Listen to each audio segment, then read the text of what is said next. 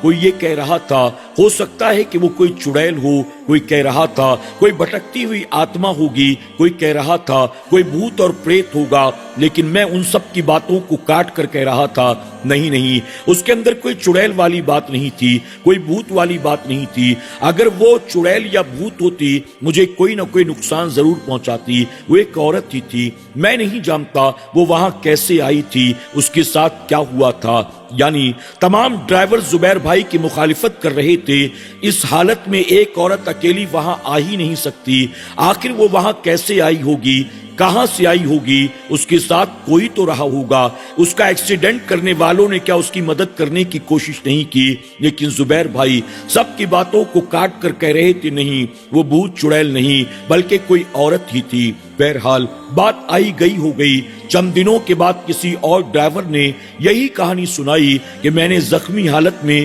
سفید ساڑی پہنے ہوئے ایک عورت کو دیکھا، وہ میری گاڑی کو روکنے کی کوشش کر رہی تھی لیکن میں نے اپنی گاڑی کو نہیں روکا۔ پھر کسی اور نے یہ بتایا، میں نے اپنی گاڑی کو روکا اور فلاں جگہ لے جا کر میں نے اسے ڈراپ کر دیا۔ یعنی چاروں طرف اب یہ کہانی مشہور ہو گئی کہ فلاں سڑک پر ایک عورت رات کے اندھیرے میں سفید ساڑی میں نظر آتی ہے، جس کے کپڑے کے اوپر خون کے دھبے ہوتے ہیں، اور وہ گاڑی والوں سے لفٹ مانگتی ہے اور پھر فلاں جگہ پر جا کر وہ گاڑی سے نیچے اتر جاتی ہے۔ اس طرح کی کہانیاں چاروں طرف عام ہوتی رہی، یہاں تک کہ چند دنوں کے بعد زبیر بھائی کہتے ہیں ہمیں خبر ملی ایک ڈرائیور کا قتل کر دیا گیا ہے، اور دیکھنے والوں نے اس ڈرائیور کو آخری مرتبہ اسی عورت کو، یعنی جو سفید ساڑی میں عورت رات کے اندھیرے میں اس سڑک پر بھٹکا کرتی ہے، اسی عورت کو لفٹ دیتا ہوا دیکھا تھا۔ یعنی اس ڈرائیور نے اس عورت کو رات کے وقت اپنی گاڑی میں بٹھایا تھا، اور اس کے بعد وہ عورت کہاں گئی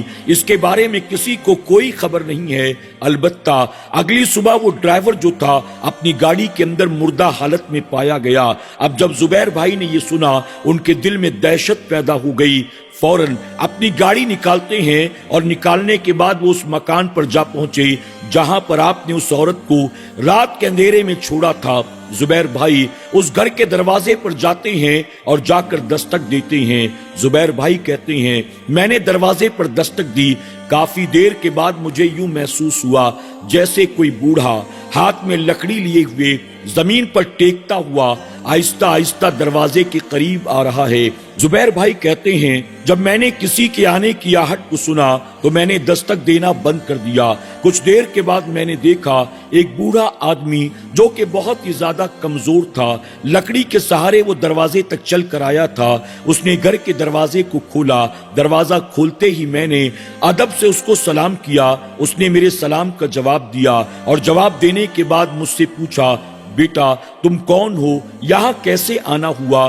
زبیر بھائی کہتے ہیں میں نے اپنا تعارف کرایا، میرا نام زبیر ہے، میں ٹیکسی چلاتا ہوں۔ میں نے چند راتوں پہلے ایک عورت کو لا کر آپ کے دروازے پر چھوڑا تھا، اس نے سفید رنگ کی ساڑی پہن رکھی تھی، اس کے کپڑے کے اوپر خون کے دھبے تھے۔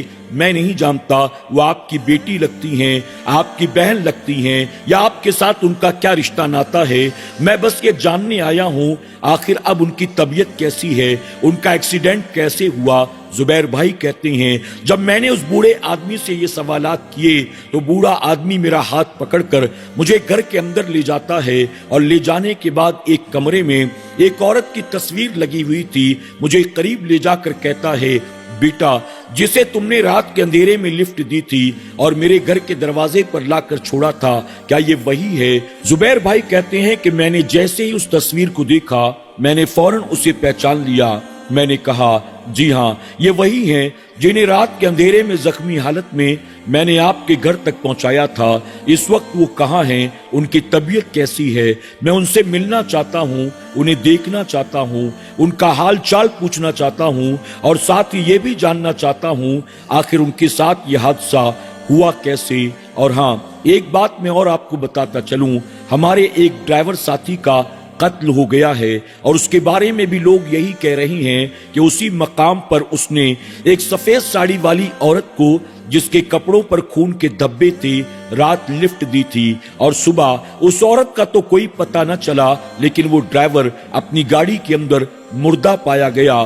میں آپ کی بیٹی یا بہن یا جو بھی ہوں ان سے مل کر جاننا چاہتا ہوں کیا کل رات بھی وہ اس جگہ پر گئی تھی؟ اس قتل سے کیا ان کا کوئی تعلق ہے؟ اس پر وہ بوڑھا آدمی مسکرا کر کہتا ہے، بلا میری بیٹی کسی کا قتل کیسے کر سکتی ہے؟ اسے مرے ہوئے تو خود 3 سال کا عرصہ گزر چکا ہے۔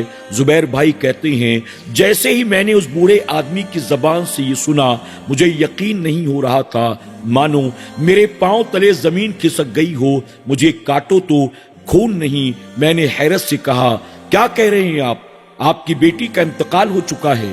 یہ بھلا کیسے ہو سکتا ہے؟ میں نے خود انہیں لفٹ دی ہے، اپنی گاڑی میں بٹھا کر میں یہاں لے کر آیا ہوں۔ اس پر وہ بوڑھا آدمی کہتا ہے، بیٹا تمہیں زیادہ پریشان ہونے کی ضرورت نہیں ہے، اکیلے تم ہی نہیں بلکہ روزانہ کوئی نہ کوئی میرے گھر پر آتا ہے اور آ کر میری بیٹی کے بارے میں یہی کہتا ہے کہ اس نے کل رات میری بیٹی کو لفٹ دیا۔ ایک طویل عرصے سے یہی سلسلہ جاری ہے، لیکن اب میری بیٹی کسی کو پریشان نہیں کرے گی۔ اس کی وجہ یہ ہے، جس کام کے لیے وہ بھٹک رہی تھی اب لگتا ہے کہ اس کا کام مکمل ہو چکا ہے۔ زبیر بھائی کہتے ہیں، بوڑھے کی اس بات کو میں نے سنا، مجھے کچھ بھی سمجھ میں نہیں آ رہا تھا۔ میں نے کہا، کیا مجھے ایک گلاس پانی ملے گا؟ اس نے مجھے ایک گلاس پانی دیا۔ میں پانی کا گلاس ہاتھ میں لے کر ان کے گھر کے صوفے پر بیٹھ گیا۔ وہ بوڑھا آدمی بھی میرے قریب آ کر بیٹھ گیا۔ میں نے ان سے پانی پیتے پیتے کہا، بابا مجھے بتائیں کہ پورا واقعہ کیا ہے؟ اس پر وہ بوڑھا آدمی کہتا ہے، بیٹا یہ تصویر جو تم نے دیکھا ہے، جسے تم نے لفٹ دیا تھا، وہ کوئی اور نہیں بلکہ میری بیٹی ہے۔ دراصل 3 سال پہلے کا واقعہ ہے۔ میری بیٹی اپنے منگیتر کے ساتھ کسی دوست کے گھر پارٹی میں گئی ہوئی تھی۔ سردیوں کی رات تھی، پارٹی دیر رات ختم ہوئی، دونوں واپس گھر آ رہے تھے۔ راستے میں ان کی گاڑی خراب ہو گئی، بہت کوشش کرنے کے باوجود بھی گاڑی سٹارٹ نہ ہوئی۔ آخرکار مجبوراً انہیں ٹیکسی لینی پڑی۔ ایک پرائیویٹ ٹیکسی کے ذریعے دونوں گھر کی طرف آ رہے تھے، وہی مقام جہاں پر تم نے میری بیٹی کو لفٹ دیا اور جہاں میری بیٹی کل تک بھٹک رہی تھی۔ اسی جگہ پر پہنچنے کے بعد اچانک اس ٹیکسی ڈرائیور کی نیت خراب ہو گئی۔ اس نے گاڑی کو ایک طرف لگا دیا، اپنی جیب سے چاقو نکالا اور نکالنے کے بعد میرے ہونے والے داماد کو کھینچ کر گاڑی سے باہر نکالا اور اسے مارنا پیٹنا شروع کر دیا۔ وہ میری بیٹی کے ساتھ زبردستی کرنا چاہتا تھا اور وہ میرے ہونے والے داماد کو چاہتا تھا کہ وہ وہاں سے ڈر کر بھاگ جائے، لیکن میرے ہونے والے داماد نے میری بیٹی کو بچانے کی کوشش کی اور اس نے کہا، چاہے جو ہو جائے میں یہاں سے نہیں جاؤں گا۔ آخرکار اس ڈرائیور نے میرے ہونے والے داماد کو چاقو سے مار کر اس کا قتل کر دیا۔ اس کے بعد جب بد نیتی کے ساتھ وہ میری بیٹی کی طرف بڑھا، میری بیٹی نے اپنے آپ کو بچانے کی اور چھڑانے کی بہت کوشش کی۔ آخرکار میری بیٹی نے اپنے آپ کو بچانے کی بہت کوشش کی، لیکن جب اس نے دیکھا کہ اب اپنے آپ کو میں بچا ہی نہیں سکتی، کوئی صورت نہیں بچی ہے، تو اپنی عزت کی حفاظت کے لیے مجبوراً میری بیٹی نے کھائی سے نیچے چھلانگ لگا دی اور اس طرح سے اپنی عزت بچانے کے لیے اپنی جان کو اس نے قربان کر دیا۔ بیٹا 3 سال کا عرصہ گزر چکا ہے۔ ان 3 سالوں میں ہر رات میری بیٹی اسی جگہ پر آ کر کھڑی ہو جاتی ہے جہاں اس کے ساتھ یہ سارا معاملہ ہوا، اور وہ کسی بھی گاڑی والے یا بائک والے کو نہیں روکتی، صرف پرائیویٹ ٹیکسی والوں کو ہاتھ دکھا کر روکتی ہے۔ الگ الگ ٹیکسی میں ہر رات وہ بیٹھتی ہے اور وہ یہیں آ کر اتر جاتی ہے۔ آخرکار جس ڈرائیور نے اس کے ساتھ یہ سب کچھ کیا تھا، شاید وہ ڈرائیور اسے مل گیا۔ وہ اسی کو 3 سال سے تلاش کر رہی تھی۔ اب اپنی منزل تک وہ پہنچ چکی ہے اور اس ڈرائیور کو بھی اس کے کیے کی سزا مل چکی ہے۔ اب آج کے بعد میری بیٹی کبھی بھی نہیں آئے گی، وہ کسی کو بھی پریشان نہیں کرے گی۔ زبیر بھائی کہتے ہیں، اس بوڑھے آدمی کی اس کہانی کو سننے کے بعد میرے دل میں خوف اور دہشت پیدا ہو گیا۔ مجھے کچھ بھی سمجھ میں نہیں آ رہا تھا، میں آخر کہوں تو کیا کہوں، کروں تو کیا کروں۔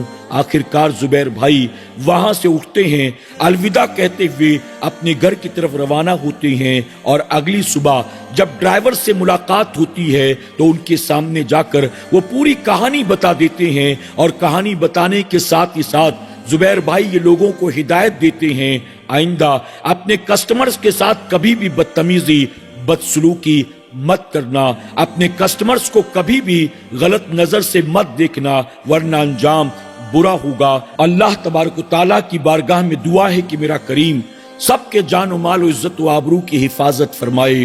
اللہ تبارک و تعالیٰ ایسی بری فطرت والوں سے، بدنیت والوں سے ہمارے معاشرے میں موجود تمام بیٹیوں کی، بہنوں کی، خواتین کی عزت و آبرو کی حفاظت فرمائے، آمین یا رب العالمین۔